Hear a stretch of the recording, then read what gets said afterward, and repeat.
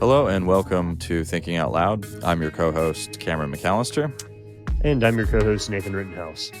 So there's a certain thinker who's been coming up over and over again in discussions, Nathan, and his name is Musa al-Gharbi.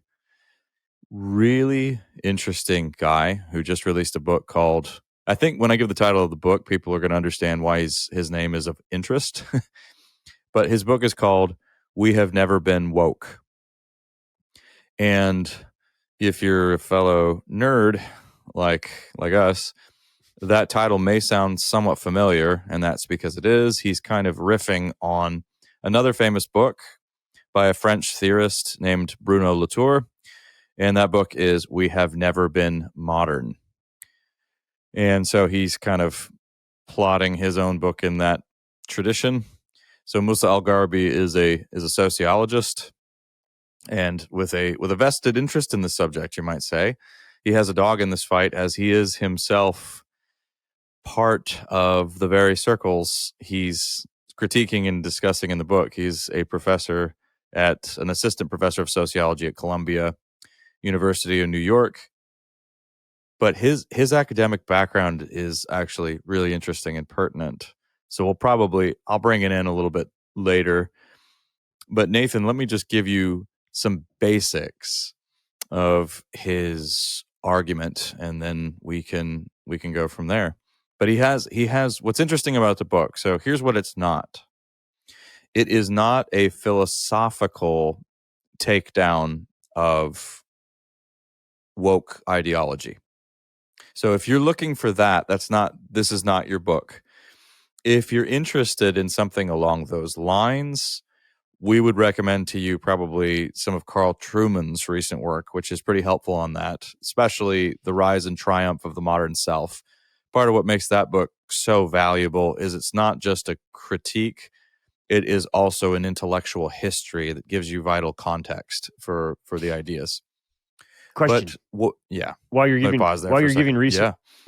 resources on that, you were interested in, and then I think you cooled on, or have you come back around on, like, is it James Lindsay and Helen Puckrow's critical theories?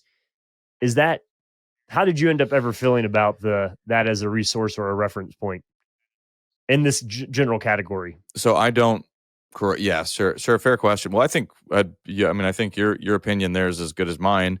From my standpoint, that's not as valuable of a resource. So I don't like it.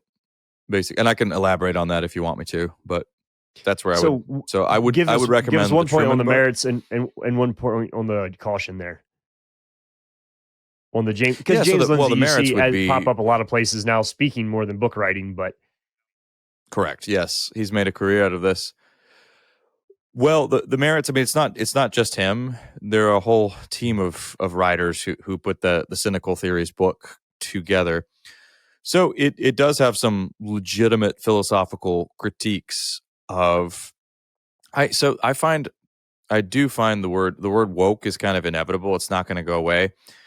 It's a little bit unhelpful in the sense that it's so murky and ambiguous. So really, a lot of what they're critiquing in that book, the technical term for it is this is critical theory, which is a vast academic terrain of a number of different subdisciplines, but they do offer some very robust critiques of what, everything from gender theory to queer hermeneutics to some of the more radical strains of feminism. They have some legitimate critiques in that book. So they're clear-sighted, and it has the benefit of being written by people who are insiders, so to speak. They are fellow academics. They know the language. They understand it. They understand how it works. So it's helpful in that regard. It's unhelpful to my mind because it's also a fairly antagonistic book, and it has been used as sort of a blunt instrument by a lot of people.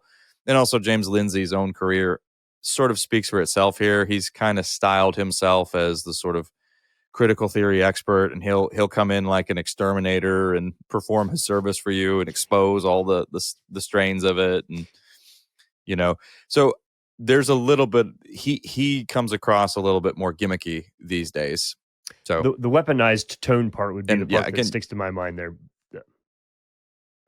Yeah, weaponized is the right word. Yes. So, but anyway, whereas I got you Truman sidetracked stuff is here. yeah.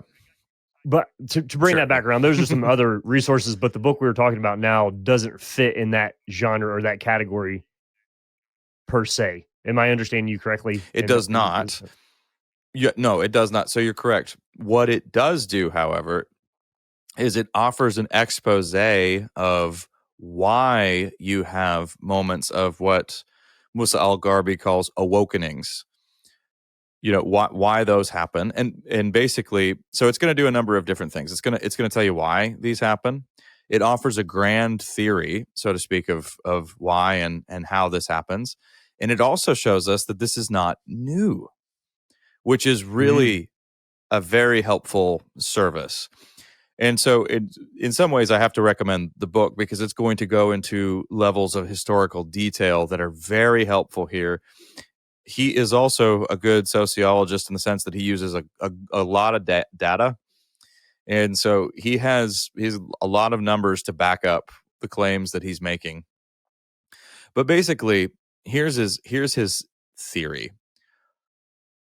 Elites or awakenings happen. He calls them awakenings, moments of, where you have this kind of ideology that's heavily concentrated on the liberation or the rights of marginalized groups.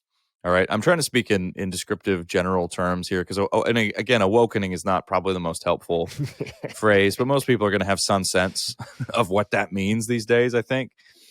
But these happen during times of what he calls elite overproduction.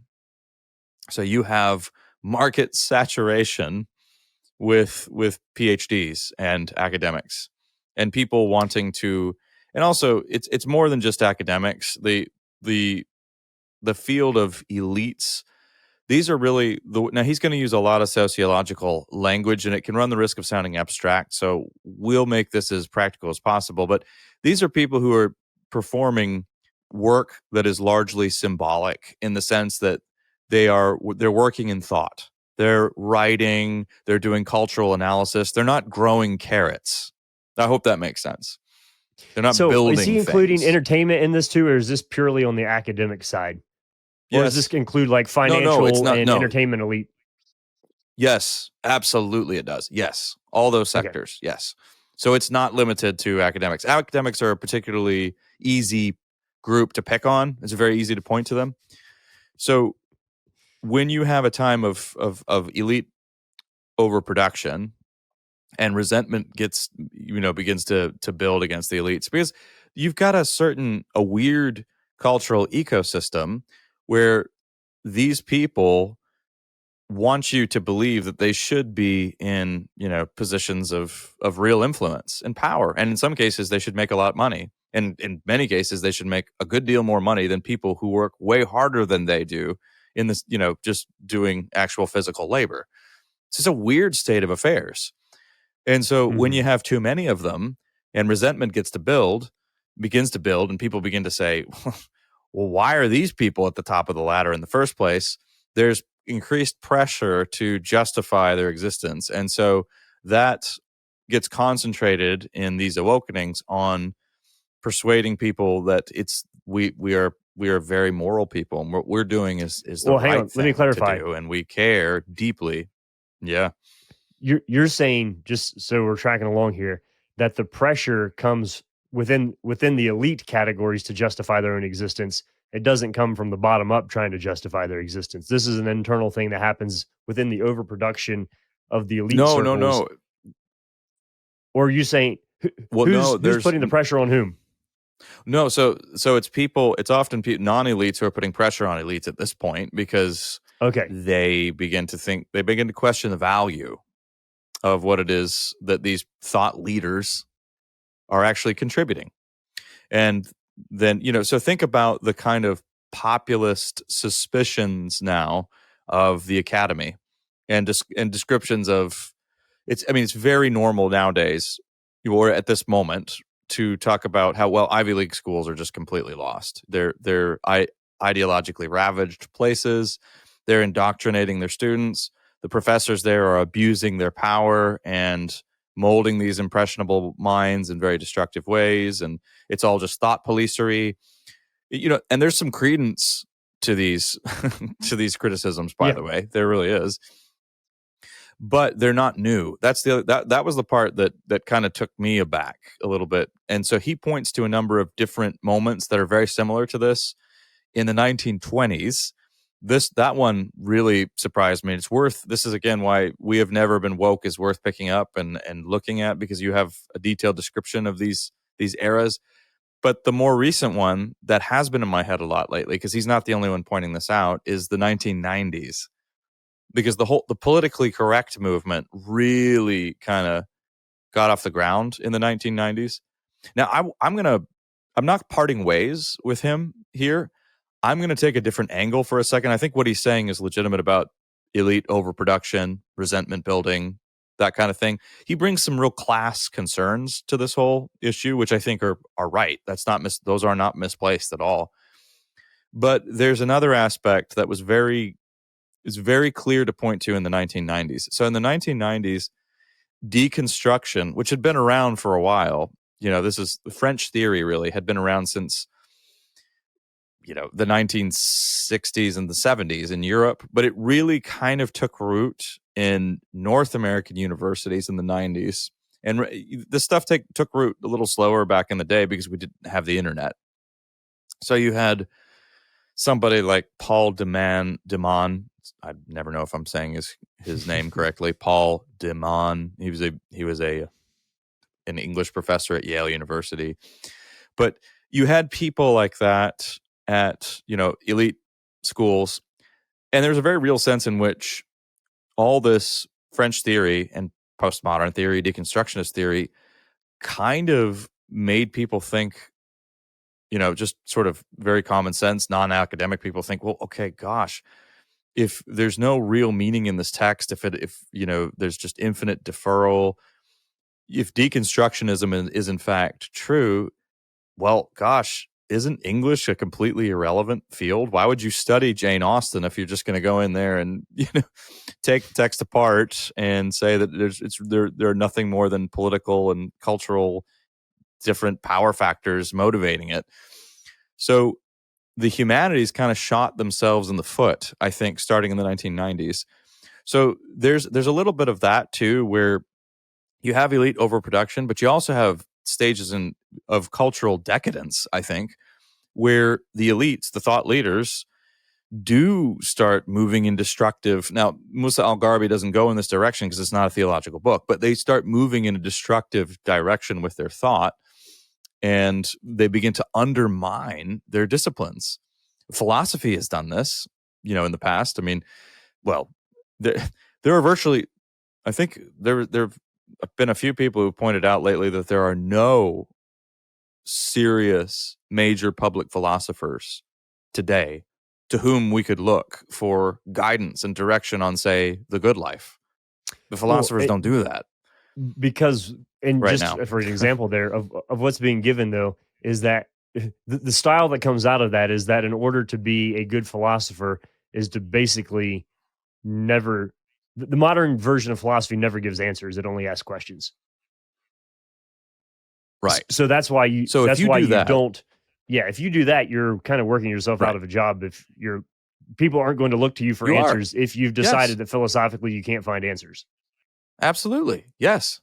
And I think the major guy who kind of hammered a nail into the coffin, there are others as well, but in recent years was Richard Rorty, who basically said, oh goodness, all these debates down the ages about the nature of reality and what it is to be a person and evil and all these, things that have tied theologians and metaphysicians in knots.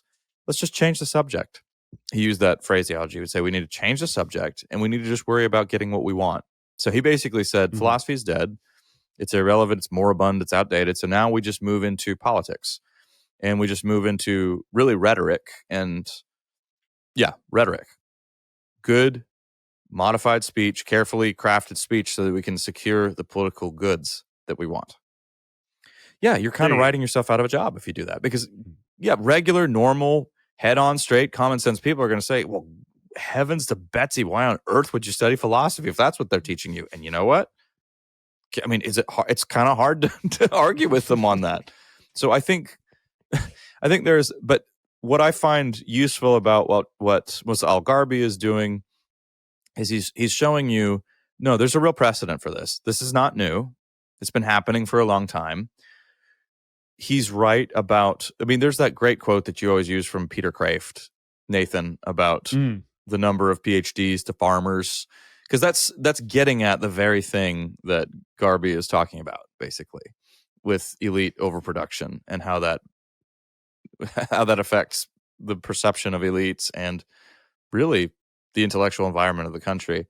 But the piece that makes the book very damning for a lot of elites is that basically he gives to us, through pure description and using the numbers to do so, a very cynical view of people who style themselves as very concerned for the marginalized, for instance, when in fact he shows pretty conclusively that concern is almost purely symbolic in nature.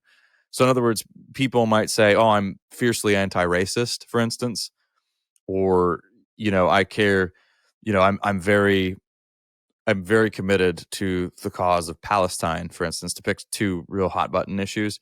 But what they actually do for African Americans, in their day-to-day lives, or what they actually do to try to further the cause of Palestinian liberation or anything like that is virtually nothing at all. What they will do is they will write about it, they'll post about it. There's a lot of virtue signaling that happens.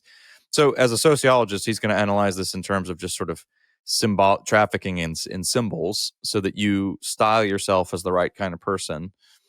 And also you can weaponize this too. So if you can, and that's where call out culture comes in, where you name people, call them out for not being sufficiently, woke or generous or, caring, or people will be canceled. That all of that is part of this sort of fierce competition to kind of be the last person standing among the elites. I think he has, it's pretty hard to argue with him here. You see this dynamic playing out over and over again, but it's very clear from what he says that these people do not actually, through their actions, it seems clear they don't really care about these causes. They want to be seen to be caring about these causes. So link this back to the word awakening for us here.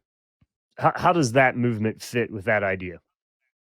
Well, he means when you have moments where there's this sort of great mass recognition, or at least apparent concern for justice and equality, and with a particular focus on marginalized groups and privilege, and who's benefiting from unfair privilege, so to speak. So I saw a pretty striking example of this recently. This was somebody I knew, actually, and it was just a retweet. And this tweet basically said something along the lines of, if you are a white cisgendered male,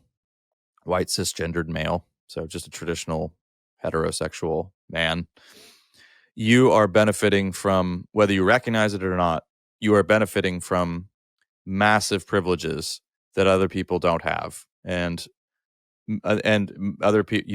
those privileges come to you at the expense of other people. So a good and helpful, instructive exercise for you would be to start writing down all of the different privileges in your life that are coming at somebody else's expense. What was striking about this to me, Nathan, is, and so this person I knew retweeted it, and he said, "You have my permission to call me out on this." So he was basically approving of this message and saying, "Yeah, call me out on my privilege." And this, should go without saying, this person I know is white and a traditional white male. I have a hard time saying white cisgendered male with a straight face, but so he is. But what struck me, what it reminded me of, Nathan, was, I don't know if you ever took a peek through Charles Finney's lectures on revival, but he had just in a biographical one exercise sense that he had. Just the biographical. Well, he actually wrote these lectures on how to engineer a revival. And I'm speaking descriptively here. They are literally that. They are basically, they read like instruction manuals on how to get a very serious emotional response from a crowd and get them on their knees. And it worked. I mean, he had a very powerful formula. But one thing he would have them do is think of every sin in your life. Just start thinking of it. I mean, you've got many that you perhaps glossed over, you didn't remember. Did you ever confess those sins? Well, you better be really sure that you confess those sins. So you need to start writing, and pretty soon you'll go down a train of associations, and you'll fill whole notepads full of sins that were unconfessed, and you better begin fervently confessing them. This was an exercise he would lead people through in his revivals. So awakenings, I'm trying to make a little bit of a weird connection there where you wouldn't necessarily see one, but that's what this exercise very much reminded me of. We're using different language. We're using the language of privilege here. Let me make sure I'm connecting the dots. Yeah. So you have what would be considered great awakenings as like a religious revival. So that's awakenings. I think that's partly what you're alluding to, but I want to make sure we're clear on that. So there's an awakening to your own sin, but spiritual awakening. In the sense of spiritual awakening. Yeah. So I think in the sense of awakenings, it's a movement of God, not a movement of culture. But in an awakening, let me just make sure we're all on the same page here. You're saying these are times in which you have excessive elitist overproduction. We recognize the discrepancies that are involved there, that there's an upward pressure from those who are a bit of a class stratification happening here, where, quote, lower class, which is not really the right phrase, is putting an upward pressure on the elites to care about causes. And then the thought leaders themselves need to justify their existence by throwing in their interest into or their support behind the marginalization of XYZ, fill in the blank. Yes. And therein lies the production of an awakening in the intellectual self-justification of the purpose of their existences. I mean, so is virtue signaling, is there, if awakenings aren't new, is it just historically what we now currently call virtue signaling, of saying, yeah, I'm interested in these things? If I'm getting that right, so you can respond to that. But then also a thought popped in my head that I don't want to forget, that our friend John Derogi, when he was talking about growing up in Kenya, he said lots of organizations sent pallets of water bottles and T-shirts, but only Christians came and lived there. And so is there a difference there between an awakening and awakening, in the sense of the degree to which you're willing to implicate yourself in the solution to the outcome here? How can we give this the best possible read while looking at the deepest pitfall of the movement simultaneously? Yeah. So only one point of correction. It's not me saying this. This is Musa al-Gharbi. So this is not necessarily my thought. And I brought in that somewhat eccentric example with Charles Finney and Awakenings, not to say that they're totally similar, but to say that the phraseology awakening is well chosen. But yes, this is not a spiritual revival. This is a sociological phenomenon that's happening. And yes, John Jarogi's example is very helpful, because this is where you can bring in the phrase woke capitalists. And actually, al-Gharbi talks a lot about these different companies who basically have these carefully staged publicity statements. And where they'll produce T-shirts, or think about, if you can cast your mind all the way back to Nike and Colin Kaepernick and that whole, major discussion with, the football player and all of that. So you have those kinds of gestures. Now, the reason, but is there there's no real risk involved. Now, sometimes actually, no, that's not true. Sometimes this does backfire, though. It's interesting to bring this in as a little side note, because remember the Budweiser thing that initially we thought, it's not that big a deal. Budweiser, and Jaguars having a moment, be just fine. Yes, that's right. Yeah, so there are times where this backfires, absolutely, and it does come with a cost. But generally speaking, no. People who really have skin in the game are the people who are actually doing things, and really there's real risk involved. Part of what makes, I think, one genuinely new element here is what the internet has done for this. So in the past, if you're an abolitionist, would it be possible for you to virtue signal? Sure, but not as easily as if you had Twitter or social media. But people who were committed to causes like that were risking their lives to do what they were doing, and so they very much believed in what they were doing. The civil rights movement, is it possible to have some virtue signaling in there? Yeah, I'm sure, and I'm sure there were some people who were more kind of gesturing toward involvement there, but who weren't actually. In fact, some of Martin Luther King's critiques were for people who initially seemed to be in support and then kind of kept him at a distance because of how culturally controversial he was. But if people were really involved, then they were taking massive risks, and in some cases losing their lives. So that's very different from loudly expressing your support on X or Facebook or somewhere like that, or making some reel and video about it, which is so the internet and social media in particular have enabled virtue signaling to a degree that we've never seen before. And so you have a lot of that. You have, I think it was at Columbia University where the professors created an open doc on Google that you could access on how Israel were colonizers, and anybody could, access, you could go to that document and you could read that. So that might look really radical, and it might look, very gutsy to do that. And, these people are really committed to the cause. But again, the question remains, what are they actually doing for Palestinian refugees? Or what are they, are they hosting people in their homes? Are they taking care? Are they what are they actually doing besides, writing a document? Is there a way to bridge this into, so on one hand, are we just saying in a really complex way, we're overanalyzing this thing to death? Are we just saying that you run into times in which you're going to have citizens of any country or the world who look at the upper echelons of society and says, yeah, but that's not the real world, so we stopped caring? That seems to have a parallel even in the most recent American presidential election, in the sense of, okay, so Kamala Harris has J-Lo, who cares? Or is that not the practical manifestation of what we're talking about here?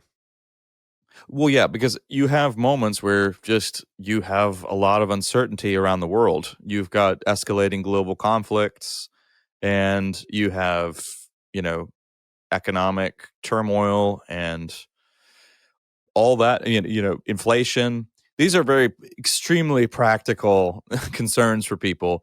And then they tend to turn, they want practical answers and solutions. So that tends to motivate it. Yeah, I think there was a little bit of a chuckle of, yeah, who cares what Taylor Swift thinks on politics, And that's a healthy response, by the way. But he actually, and Musa al-Gharbi, it's worth saying, if you're a listener and you're familiar with him, he's been very articulate on how completely wrong the left, and I think I'm not taking a huge leap, and I think he's probably left of center himself, but he's very critical of the left, and especially their analysis of Trump. He just said basically they were publishing stories with graphs and studies that said Trump supporters were overtly racist, and he goes, and if you look at the graphs and the charts, the data actually that they were using in their own stories told a very different story.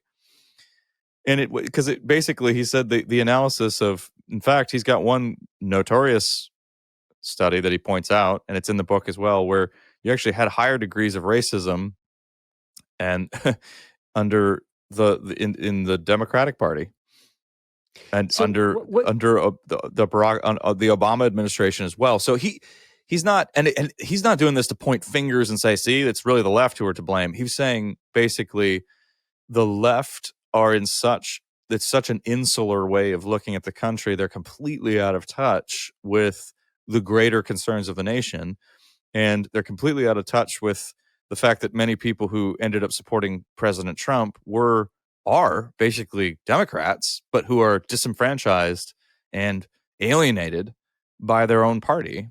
And he was able to see that just by looking at some of the data. Let me spin this around and help me think through this. So we started off by saying, okay, look, and these are crude terms, but saying, the lower classes of society are looking at the cultural elite, wondering what in the world their purpose in life actually is. The cultural elite experience that to some degree of recognizing that the world they live in isn't a real world. They start to justify their existence by being champions of injustices. And then the thing that gets tricky there is that what the elites start championing and thinking about then becomes the cultural orthodoxy. And so it's odd to me that we have this well, the problem is that the elites are disconnected from reality. So therefore we will take what they say to be the new cultural orthodoxy. Is this not a place in which Christians have an opportunity to just giggle at the whole thing and not glorify or glamorize people who we think are living lifestyles that basically have no bearing on what God intends for human interaction or the good of the country or people in general, and to not give is this a byproduct of us needing somebody to worship? And so if you aren't, or somebody to look up to, or to have a priest or a church of some, is there a sense in which this only works to the degree that it's almost a quasi-religious experience? Because, hey, if you're following Jesus, you better well be looking out for the needs of the poor and the hungry and the marginalized and the outcast and the xenos. Jesus says, that I came to you as the outsider, the xenos, the xeno, you're not xenophobic, like the fear of the other. Jesus literally uses that phrase, I came as the outsider. Religiously, we would say we're looking to Christ's concept of the proper engagement with reality as our underlying guide on what it means to care well for the other. And if I'm focused on Christ model of being the elite, and then suddenly you have the Philippians 2 having the mindset of Christ, who being equal with God made himself lower, than the canonic movement there of Christ humbling himself and coming in the flesh, incarnating. This almost becomes a Christmas rant here. A sense in which we worship an elite who became with us, Emmanuel concept, that when we dive into, we calibrate our thinking around that vision, suddenly a lot of this other stuff just doesn't have its sparkle anymore. Theological term, sparkle there, but it's what is right with the Christian who doesn't give a rip about any of this, or doesn't really care what the Kardashians think? Well, what's right? Well, if you are a mature believer, one of the marks of a mature believer is that they just don't get sucked into fashionable kind of major arguments, and they don't think that it's the end of the world every time that happens. And now, I know I'm aware that I fall into this all the time, and that's a convicting thing to say. But one of the statements that al-Gharbi makes, which I thought was really interesting, was, we keep acting like everything, like this is so uniquely bad. We've never faced anything like this before. We've seen it before. It happens. And so basically, stop making such a big deal out of it. And I know I'm fully aware that plenty of listeners are going to, have real concerns. Ideas do have consequences. There are destructive patterns. People will point to, of course, the Marxist undertones of this. They'll point to, horrific historical outworkings of all of that. Yes. So there is real room for concern. But what I would say is missing in so much of this, when you look at the cultural story, and this is how Christianity is, one of its unique benefits today is its sense-making capacities. Mm-hmm. Christianity is true for all, everywhere, at all times, but it speaks to different cultural moments in different ways sometimes. And it is a supreme service to our cultural moment that it is a sense-making phenomenon. It just does. And here we can see with critical theory, this is what I come away with every time. Here's what's missing. It's really the gospel. But I promise you, that's not a soundbite. So think about it like this. Here's what's missing. Jesus is the answer. You don't. Right. And that is true. But here's the specific outworking of that with regard to critical theory and this whole infatuation with critical theory. You begin with a false anthropology. Human beings are fine so far as they go.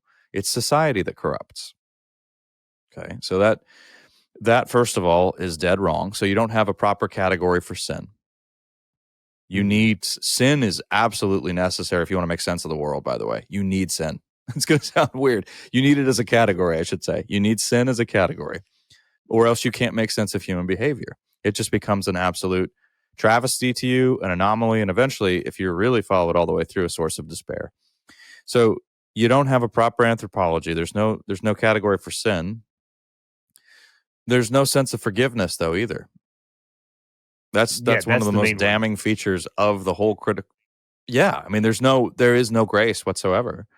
There's nothing but if you're a person who happens to be in the oppressor role, there's nothing that you have available to you other than just a posture of infinite penance if you recognize what you are.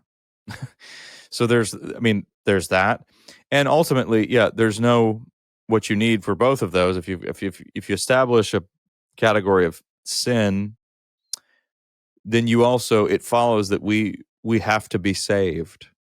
But if we're sinners, we can't save ourselves. We lack the resources to do so. And we can't even love other people. It's so hard for us. We can barely love ourselves. We can barely love the people who we're supposed to love, our family and our friends. They're bad enough. But loving others as ourselves is something that is an insurmountable task for human beings. We all know we ought to do it. We all know that the golden rule is, we should do unto others, and yet we simply can't do it. So we actually have to be saved. And so we do need a savior. So the traditional gospel turns out to be true. Yes, Jesus is in fact the answer, but the outworkings of it, you have to start with, we're missing a category of sin. There's no forgiveness available, which is what makes this so vicious. And so this is what's fostering such hostility here. And that's why it's so fiercely legalistic, by the way. There's cancel culture, whatever you want to call it, call out culture. But people's lives really are ruined by this. And careers are destroyed. So, I mean, there are real consequences to this. But Christianity, it just can't be said enough. The way that one of the gifts it has for us today is its sense-making capacities. We need, and a lot of people are discovering that. A lot of non-Christians are discovering that now too. Cameron, as we bring this to a close, and I'm sure we'll come back to this topic because it lays the groundwork for a whole lot of interesting thinking. But if you're listening to this and you don't style yourself as a cultural elite, so to speak, looking up is not a bad thing. But if you're going to do that as a Christian, just make sure you're looking far enough, because Paul does write, therefore set your mind on things above, where Christ is seated in heavenly places. And so I think the need that we have as humans to look up to something in order to get guidance for how we want to live well is an innate posture and capacity. But let's not dignify false gods with our focus. Let's look to the foundation and the source of reality as it is, and also a broader and better meta-narrative, in the sense that we do have a structure not only for calling things actual sin, but also for actual forgiveness and actual restoration and actual relational reconciliation being possible. And so some of the things that we're talking about in these awakenings, the difficulty there is not when they're pointing to things that are bad and that are broken. That's useful. You can be critical of bad things, and that's not being Marxist. That's just pointing out things that are bad. Where you get into trouble is when you don't see the redemptive and relational restitutional resolution on the other side of it. And so that's what the gospel gives us. That's far exceeds what can come out of any of these secular theories. That if you're looking for actual renewal and redemption, you're not going to find that from our cultural elites. You're going to have to go to somebody who's far more elite, but far more accessible. And that is the story of the gospel. So thanks for doing the legwork on that, Cameron, of digging through that. I'm sure we'll, like I said, come back to it. But let's also just continue to remember that if you are a confessing Christian and you understand what it is that God is up to in the world, and you have a working biblical knowledge of an articulation of the basics of the Christian faith and basic Christian theology, you have all of the resources that you need to make sense of some of the things that are going on in the world. And you'll hear people say, well, what in the world is going on? What's our world come to? Can't make sense. No, actually, you can. Slow down and think about what are the big and broad categories here, what's actually being said, what's actually being claimed. And suddenly, when you do it in that way, you recognize that Christ was speaking to answers that we have that are way deeper than just a surface level engagement that people think of Christianity as a shallow thing. No, it's actually touching the core foundations and bedrocks of reality and the longings of the human heart, and addressing the way in which things go sideways when we try to develop our own gods within our own systems. So be of good cheer and keep wrestling with big ideas. If you have a question or comment or want to send us some feedback on that, info@toltogether.com is a helpful spot. If you want to suggest a topic or anything else there, offer a constructive criticism, send us an email. For those of you who are on TOL Connect, we can continue to enjoy your engagement that's happening there. And for everything else, just a friendly reminder, you've been listening to Thinking Out Loud, a podcast where we think out loud about current events and Christian hope. Thanks for listening to Thinking Out Loud. If you'd like to learn more about what we do, book Nathan or Cameron, or if you'd like to support us financially, whether through a one-time donation or on a monthly basis, you can do so on the donate page at www.toltogether.com. That's toltogether.com. And please consider leaving us a 5-star rating and sharing this content with your friends. It really does help.